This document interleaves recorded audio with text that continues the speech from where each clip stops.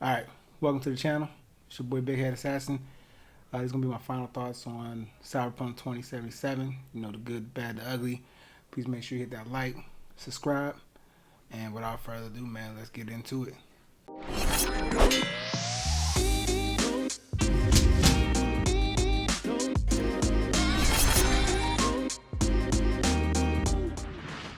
Alright, man. I don't even know where to start with this review. Final thoughts, because man, it's been a bumpy road, dog. But I got my notes right here. I'm ready to get into it. So I'm just gonna start off with the basics, the story and the setting. The story to me was a little lackluster. You know what I'm saying? It was missing some stuff. You know what I'm saying? And the way the design was made, it wasn't as influential as, say, The Witcher 3. Like, some decisions you made was just not really impactful, and that's just the way it is, really. As you know, there's many endings. It's just like The Witcher. I chose one ending, which you'll see a little bit of that gameplay and the footage playing in the background, but other than that, I was more interested in the side stories, if that makes sense. So the side stories, man, like the characters was really interesting. I really like getting to know them, and then you got times where the characters, they would like send you text messages throughout the story. It was real lifelike. But other than that, there was nothing too big. Like, the biggest decisions came to, like, if you wanted to romance a character or something, like Pan Am, Judy, or I don't know the other male characters, because, you know, I wasn't trying to float down that road. But other than that, the story wasn't hitting for me. You already know the basics of the story, which was you got a chip in your head, it's killing you, Johnny Silverhand, all that good stuff. I'm not going to put too much into that in my review, but when it comes to the setting, man, like I said, the city, it just looks gorgeous. Now, when you compare it to something like GTA 5, it's hard to really put a finger on it, really, because like GTA 5 is Los Santos, you know what I'm saying? It mainly resembles Los Angeles. You can't do that with Cyberpunk. Like, Night City doesn't really resemble anything. Like, it's its own city, and that's what makes it really unique. But as gorgeous as the city is, man, you can see a lot of unfinished product. There was times where I was going down the city, and I kind of jump more into that, my exploration side of things, but the streets look like bare. Like, this is supposed to be an overcrowded city, and it just looks very empty at times, and you can't really say the different parts of the day. That excuse just isn't going to fly anymore, because I mean, it's supposed to be a next gen game, and like I said it before on my first impressions, this game should have not came out on PS4 and Xbox One. Even though, I mean, it's been in development for 8 years, they should have known, blah blah blah. It just wasn't meant for that. And if it was, they should have downgraded the graphics to accommodate for everything that they put into the game. But I digress, man. Not Los Santos, but Night City looks gorgeous, and I honestly believe they can improve on the product. And I'm really hoping the multiplayer is gonna just be on point. I think it's gonna be on point, and I just don't think it's gonna come out anytime soon, man. I think it's gonna probably come out end of this year, maybe 2022. Right now, they gotta fix the base game. So you can hear me say this a lot. Like, if you want to get this game, wait. If you gotta get it, if you on the PS4, you're gonna be highly disappointed. And with that, man, I'm just gonna jump right quick on why I'm making this video. And that's because you guys, anybody at my job, man, I was hyping the mess out of this joint, like, and it let me down. It really did. I beat the game. I did one ending, and honestly, I don't see myself playing it again to do the multiple endings until the PS5 version comes out. Like, when that version comes out, it depends on what I'm playing at the time, really. Because, you know, like I said before, the story, it really let me down. I was hoping for more impactful decisions. Like, it was even times where I would reload a save just to see what the decision would be, and most of the time it didn't really change anything. The endings change a lot, especially depending on who your love interest is and all that good jazz. But it don't really change that much, and that's just the way it is. So I'm gonna try to break this down into like 4 different sections, and that's gonna be exploration, combat, customization, and quest. So let's just go ahead and get into it. First topic I'm gonna talk about is exploration. Okay, I already said when it comes to the exploration, man, the biggest gripe that I have, and honestly I didn't even notice this until I really got deep into the game, because I was too blinded from that Cyberpunk hype. But once I really got into it, the emptiness. Like, there are parts of the city that are just huge and it's bustling, or whatever you want to call it, with a whole bunch of people in it, and it looks gorgeous. But then when you're on the highway and you play the game like GTA, you're just like, yo, where's all the cars at? How are you strolling down the highway and you're the only vehicle at 1 o'clock in the afternoon? It makes no sense to me. And this is supposed to be futuristic, and it's supposed to be pretty much overcrowded. So there's a good amount of vehicles in the game. I got to drive, I think, pretty much all of them. There's one where you can get like the fastest vehicle in the game for free, just crazy. But you know, surprisingly, I was slightly impressed with the driving. Like I said, I'm not too hard to please when it comes to stuff like that. But I mean, no game is gonna beat GTA. They just nailed the driving down, and the physics and everything is just on point with GTA. I can't say the same thing for Cyberpunk, because I've seen a couple of Digital Foundry videos, and they got a good point, man. Like, some of the stuff just does not add up. You can shoot the tires out on the GTA vehicle. You can't really do that on Cyberpunk. One of the other things you can do is you can do a burnout in GTA, and the longer you do it, eventually the tire is going to blow. Not in Cyberpunk. It's little stuff like that that just makes you want to. But then you can chalk that up as in it's the future and their tires just don't blow up. Like, that's just, the manufacturer was on that. You can't shoot out a tire. But then there was glitches where I would hit a pole and my back tire was missing. So hopefully they'll get all that stuff glitched out. But another one of my biggest gripes, which I don't think anyone else is going to have a problem with, but I think I do, is when you ride a motorcycle, you can't pop wheelies. Like, what is that? You can't pop a wheelie? Come on, CD Projekt Red, man, you slipping. On top of that, I do kind of wish there were more rides in the game. As far as on the exploration side, though, you do see a good amount of vehicles, and then, like, depending on what part of the neighborhood you're in, you'll see high-end vehicles, or you'll see the low class, or if you're on the outskirts, you'll see them beat down nomad vehicles. And I mean, that's fine. But then that brings me up to my next gripe. No customization. I thought I wasn't going to really make that a big deal, but then when you think about it, they have different colors and schemes of the same vehicle in the game, but you can't do it yourself. Now, I'm pretty sure later on they are going to put in something, an upgrade or a patch, where you can customize your vehicle. Maybe you have a garage, and I'm just, the level of ambition for this game is still high. Like, I really feel like they can make it to what they wanted to make it. So, with exploration, I mean, I touched on the vehicles and the lack of content in there. Speaking of lack of content, though, I have noticed areas that are not finished. Like when you go to North Oak, that's supposed to be the rich neighborhood or whatever. It looks nice. There's only like 3 mansions over there. That's questionable. I did see some concept art of maybe a casino popping up in there. I can see that happening in some DLC. So hopefully the DLC will save this game. If they can make it like a Hearts of Stone, bigger, or the other one, bigger, then I'm definitely jumping back in, and it's got to be around the same time they put the PS5 version out. But I'm getting sidetracked.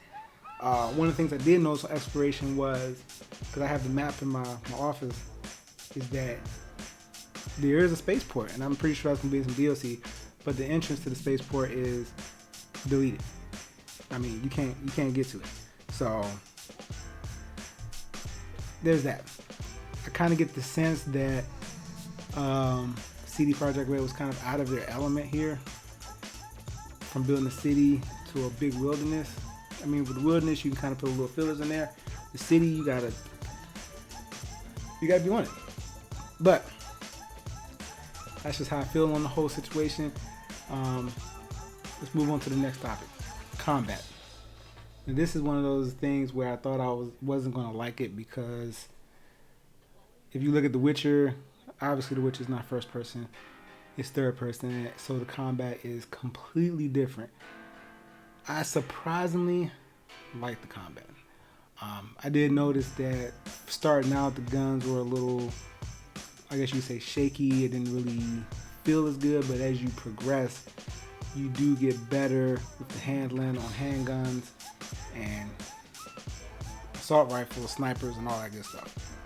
Then when it comes to the guns and the weapons and combat, like I said, I love the combat, but this also leads to one of my biggest gripes. Cyberpunk2077 is a future game.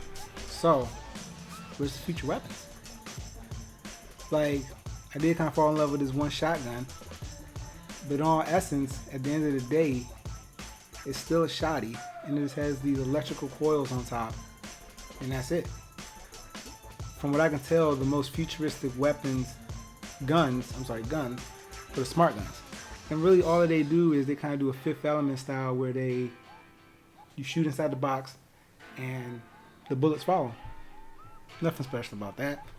But I mean, come on, man. Throw a rail gun, a fusion rifle. Like, come on. Take some notes from Destiny, something. This is supposed to be a futuristic game. Barely any futuristic weapons. But that's not to say that the game doesn't have futuristic elements that I'll touch on a little later. So as far as the weapons concerned, I found myself really loving the Overwatch sniper.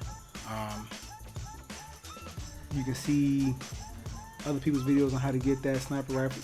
Actually, you don't even gotta watch anybody else's video, because you'll get that in the story. You follow the story right with Pan Am, you'll get it for free. I really love this sniper rifle, because usually especially if you shoot in the head, one shot, done. So really found myself loving that one. I did find Skippy, which is a smart weapon that talks to you. I use him sometimes. I didn't really use it that much, but you can set him to shoot only headshots, which is good. So besides that, and it was a Widowmaker was the other weapon I used a lot. But on the melee side, I think I used a katana once. Wasn't a big fan of katanas and the way it handled, but I love the mantis blades. That was my go-to up close weapon. Nice finisher, and yeah. Besides that, you got your gorilla arms. I've never really used gorilla arms. I thought it would be something special that you need to force open doors, but technically, as long as you increase your strength, you can force open doors anyway. You don't really need gorilla arms. But I am thinking about when I do my second playthrough, I'm gonna get gorilla arms, and I'm just gonna use it for the fights. I wonder if that's gonna make a difference. Regardless, then there's the monowire. I remember in some earlier previews of Cyberpunk, you could use the monowire to connect to someone and straight hijack them. I'm not seeing that in this build. Other than that, as a melee weapon, it has good range, but it's just pretty much a whip. Never really used it all that much. Speaking on combat though, I do wish that the stealth had a little bit more action to it. So right now, when you stealth kill someone, you break the neck, and it's 2 different animations, and that's good and all, but like, can I get a stealth animation with a knife? Maybe even the mantis blades? Or knock them out with the gun?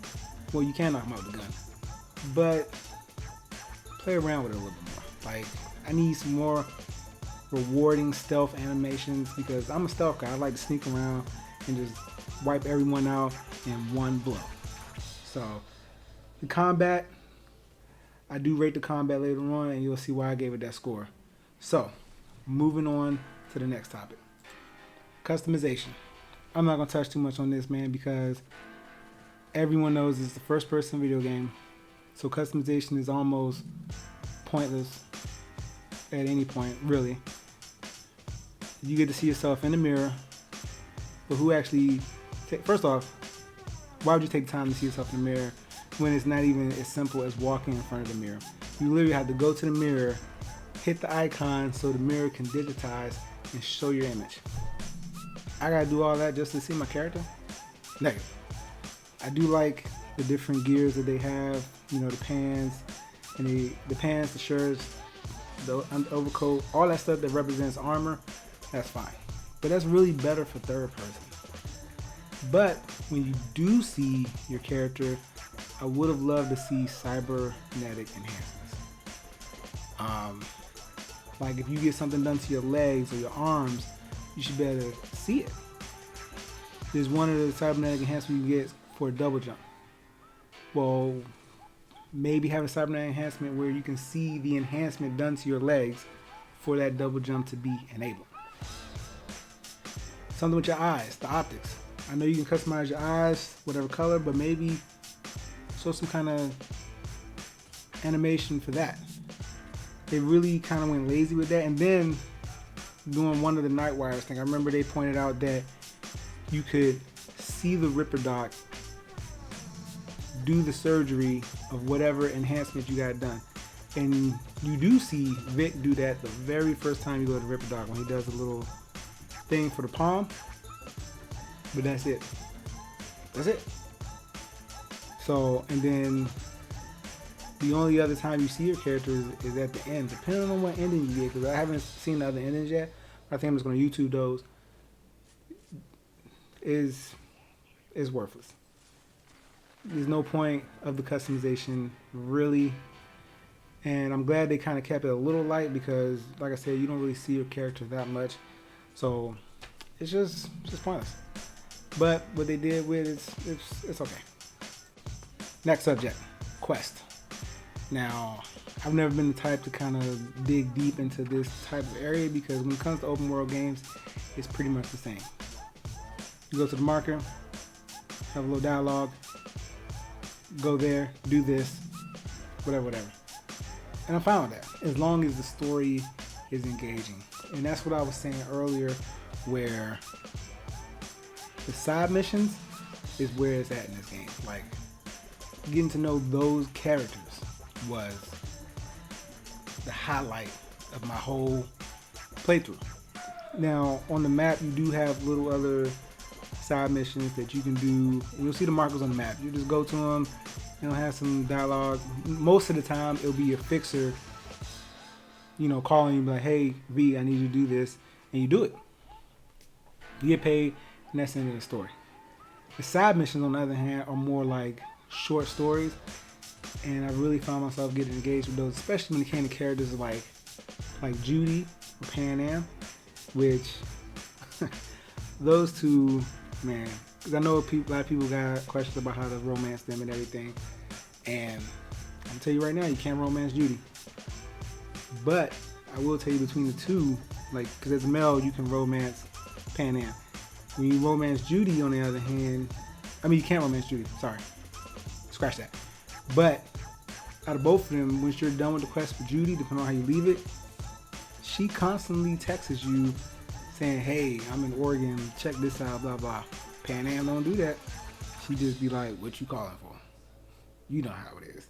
So, with that, the only gripe I really have on the quest setup would be, it just needs to be handled better, and the options being like, they just give you this long list of everything that you gotta do. They break it down as far as main, side, gig, and then these missions to buy cars, that is pointless. Why do you need that to occupy space on your menu to go buy a car? No, get rid of that all together. So that's my take on Quest. Now I'm going to get into just my final summary, overthoughts on everything. So for my final summary on Cyberpunk, I really just hope that the DLC saves it, man, because I was really excited for this game and it let me down. There's no way this game is going to be Game of the Year. Well, for one, it came out in 2020, and we already know what Game of the Year for 2020 was. So that's the way it is. Like I said, I won't play it again. The endings, I am interested to see what they are, so I'm just going to YouTube them. When the PS5 version does come out, I will replay it again, and I'll probably choose the Nomad lifestyle and just go that route. Probably make a few different decisions here and there, but that's about it. I'm still going to wait for the bugs. I don't even think the PS5 version is going to come out until the bugs are fixed. So I broke this rating. This is the first time I break this rating system down into 5 parts, which is going to be gameplay, replayability, graphics, and content, and storytelling. Sorry, story and setting. So on the story and setting part, I give it a 7.5. You heard my thoughts about the story. Not really good, but honestly, what saved it was the setting. Replay. I'm not playing this game again until they fix the bugs and the DLC comes out and the PS5 version comes out. So I give that a 5 because, like I said, I'm not playing it again. Graphics, I give it an 8. Pretty decent graphics. I'm definitely looking forward to the PS5 version so we can see the true power of the PS. And that goes for the Xbox too, man. Like, I'm not trying to be focused on one. Content, I give it a 7. Like I said, just not enough in there. And there was some other things I wish they would have thrown into the game. They just didn't put in there. So the overall score for this game is a 7.1. Anyway, I hope you enjoyed the video. Like, comment, subscribe. Until next time.